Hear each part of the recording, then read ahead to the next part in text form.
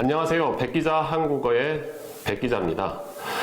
저는 오늘부터 한국어 수업을 할 계획인데요. 제가 하는 한국어 수업은 여러분이 흔히 볼 수 있는 뉴스 기사를 가지고 한국어를 배워보는 과정을 하도록 하겠습니다.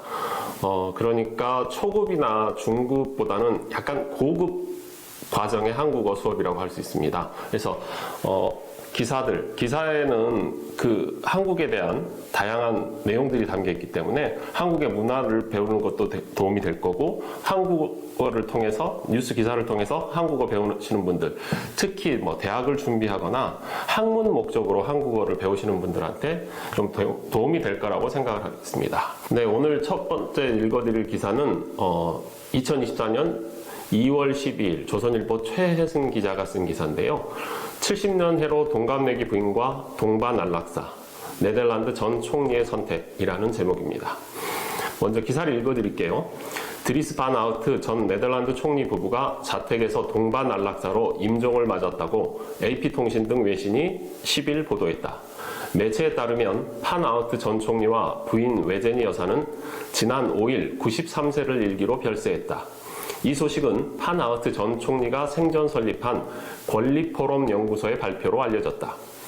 변호사 출신인 판 아우트 전 총리는 기독민주당 소속으로 1970년대 초반 정계에 입문했다.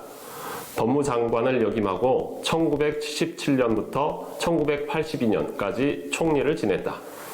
네덜란드는 2002년 세계 최초로 적극적 안락사를 합법화한 나라다. 뇌, 심장 계통의 불치병 환자 중에 신체적 고통이나 정신적 고통 면에서 견디기 힘든 고통이 지속되는 환자에 대해 안락사를 허용한다. 라는 기사 내용인데요. 아니, 이대로 해보지 뭐. 지금 넘어왔지. 네. 먼저 제목부터 한번 보겠습니다. 70년 해로 동갑내기 부인과 동반 안락사. 여기 해로라는 단어는 무슨 뜻이냐면 국어사전의 뜻을 먼저 볼게요. 부부가 한평생 같이 살며 함께 늙음. 그러니까 70년을 같이 살았다는 얘기죠, 부부가. 그리고 이제 비슷한 말로는 백년 해로 또는 상로, 백년 해락 등이 있고요. 동반 안락사, 이 안락사라는 게 무슨 뜻이냐면 심한 고통을 받고 있는 불치의 환자에 대해서 본인 또는 가족의 요구에 따라 고통이 적은 방법으로 생명을 단축하는 행위. 그러니까 생명을 단축한다는 얘기는 쉽게 말하면 죽인다는 얘기죠. 그러니까 이게 안락사의 뒤에도 나와 있습니다만은 위법성에 관한 법적 문제가 발생하는 경우가 있다는 거죠. 이게 안락사를 반대하는 사람들은 이거는 살인이나 다름없다라고 생각하기 때문에 이런 부분에 있어서 좀 나라마다 안락사를 바라보는 시각이 확실히 차이가 있습니다. 어찌됐건 저희가 방금 읽어드렸던 제목을 70년 해로 동갑내기 부인과 동반 안락사를 좁게 쉬운 말로 바꾼다면 70년 함께 산 나이가 같은 부인과 함께 안락사했다 라는 제목으로 볼 수 있죠. 근데 여기 보시면 70년 함께 산 나이가 같은 부인과 함께 안락사라고 해서 함께가 두 번 들어가잖아요. 한국어 지금 제가 말씀드리는 건 한국어를 말하기 차원이 아니라 한국어 쓰기 차원에서 말씀을 드리는 거예요. 제목은 지금 그래서 한국어를 말할 때는 이 함께라는 단어가 두 번이 반복돼도 아무렇지도 않아요. 그런데 쓰기 할 때는 같은 단어가 문장에서 이렇게 반복되는 것들이 좀 불편해요. 그래서 대부분의 이제 한국어를 이제 여러분이 한국어를 배우시는 분들이 한국어를 사용할 때 쓰기를 할 때 이런 단어들이 문장에서 반복되는 것을 막기 위해서 뜻을 바꿔주거나 아니면 같은 뜻의 다른 단어들을 사용하는 경우가 많습니다. 그래서 여기도 보면 이제 70년 함께 산 나이가 같은 부인과 함께 안락사라고 했지만 이 내용들을 바꿔서 둘 중에 하나, 그러니까 동반이라는 말을 여기서 그래서 써준 거예요. 그래서 앞으로 여러분이 한국어 배우실 때도 이런 경우가 자주 만나게 되실 겁니다. 자택에서 동반 안락사로 임종을 맞았다. 임종이라는 건 아까 얘기했던 죽음을 맞이했다는 건데요. 그러면 죽음을 맞았다, 죽었다 맞았다라고 해도 되는데 왜 임종을 맞았다라고 했냐면 그 표현 자체가 죽는다는 표현이 기사에는 잘 드러나지 않고요. 그리고 일반인들의 죽음하고는 또 틀리기 때문에 그 존중해주는 의미를 담기 위해서 그런 단어들을 사용하는 거죠. 그러니까 뭐 안락사로 임종을 맞았다 대신에 좀 더 쉬운 표현을 한다면 뭐 세상을 떠나다, 뭐 이렇게 세상을 떠났다 이렇게도 할 수 있는 거고. 그래서 임종이라는 단어는 죽음이라는 것하고 같은 뜻이다. 그리고 그 밑에 보면 93세를 일기로 별세했다 해서 별세라는 단어가 나오잖아요. 똑같은 뜻입니다. 그러니까 별세는 특히 별세 같은 경우는 나이가 많은 사람들, 윗사람들이 세상을 떠날 경우에 별세라는 말을 씁니다.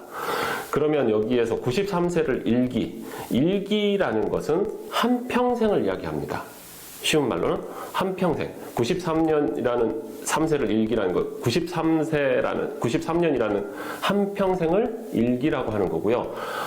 이거 이제 동음이의어라고 소리는 같은데 뜻이 다른 말들이 있습니다.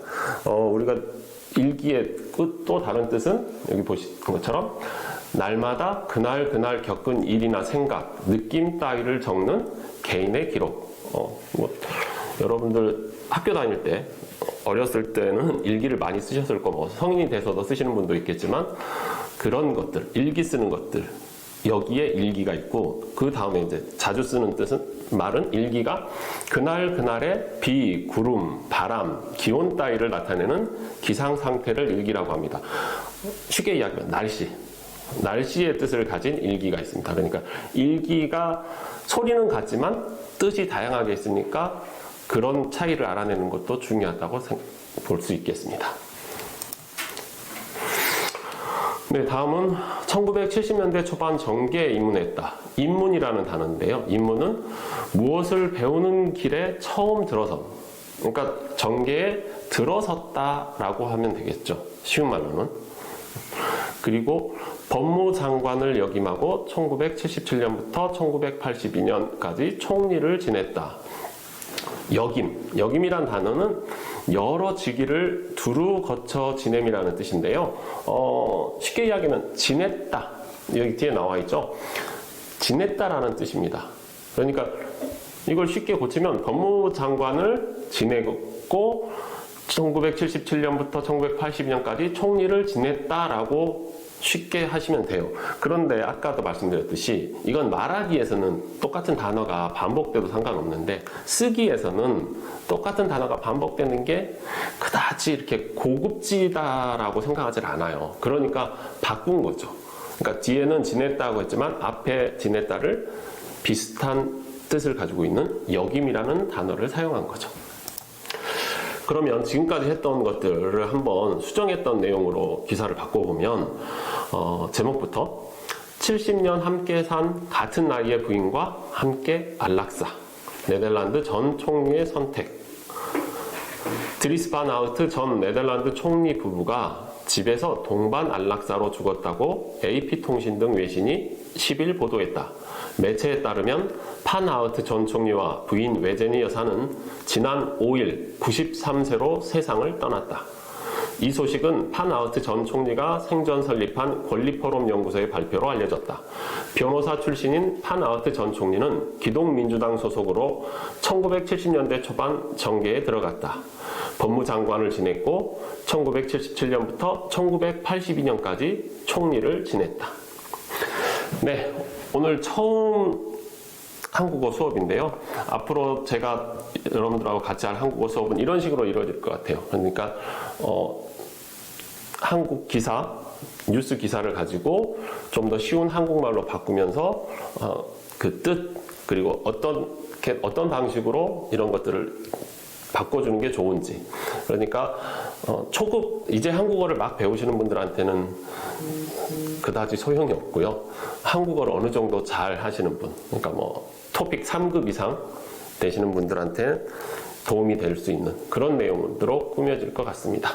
다음 시간에 다시 뵙도록 하겠습니다. 안녕히 계세요.